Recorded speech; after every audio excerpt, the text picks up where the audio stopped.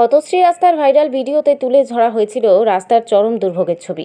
বেহাল রাস্তার কারণে গ্রামে ঢোকার মতো কোনো যানবাহন অসুস্থ রোগীকে হাসপাতালে চিকিৎসা করিয়ে খাটিয়া চাপিয়ে বাড়িতে আনতে বাধ্য হয়েছিলেন পরিবারবর্গ। শনিবার সন্ধ্যায় মালদার হবিবপুর ব্লকের শ্রীরামপুর অঞ্চলের রঞ্জিতপুর গ্রামের সেই ভাইরাল ভিডিও প্রকাশ্যে আসতেই রীতিমতো শোরগোল পড়েছিল নেট দুনিয়ায়। তাই সেই গ্রামের রাস্তার বাস্তব চিত্র তুলে ধরতে রবিবার সাত সকালেই রঞ্জিতপুর গ্রামে পৌঁছানো মাত্রই ভাইরাল ভিডিওর সত্যতা উঠে আসে।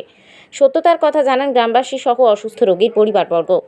এমনই চোখের সামনে শনিবারের ভাইরাল ভিডিওর সত্যতার পুনরাবৃত্তির ঘটনা ঘটে।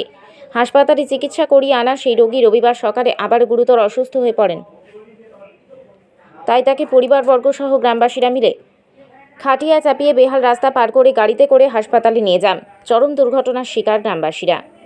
বারবার করে আমরা বিডিও সাহেবের কাছে আবেদন করেছি, ডিএম সাহেবের কাছে আবেদন করেছি। ওনারা বারবার করে বলছে পথশ্রী প্রকল্পের রাস্তা নাকি ধরবে। তো পথশ্রী প্রকল্পের রাস্তা এখানকার তৃণমূল পরিচালিত গ্রাম পঞ্চায়েত, এখানে বলছে যে ছোট রাস্তা হবে না, তাহলে পথশ্রী প্রকল্পের আন্ডারে হবে। পথশ্রী প্রকল্পের আন্ডারে আজকে মানে জবে থেকে জিতেছি তার আগে থেকে শুনছি পথশ্রী প্রকল্পে হবে, পথশ্রী প্রকল্প হবে। বারবার করছে ডিএম সাহেবের কাছে আবেদন করছি, বিডিও সাহেবের কাছে আবেদন করছি, কিন্তু তারা রাস্তা করছে না, ধরছে না।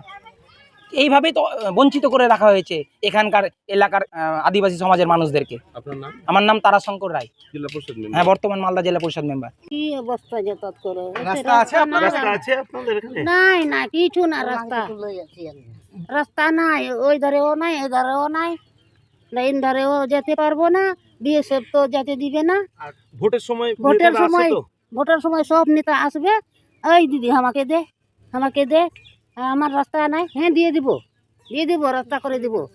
জল নাই, জলও দিব, সব দিব। কাজের কাজ কিছু হয় না। কাজের হচ্ছে না কিছু। হ্যাঁ, কি উপায় করবো দাদা এখন? মানুষ অসুস্থ হয়ে গেলে কি করেন?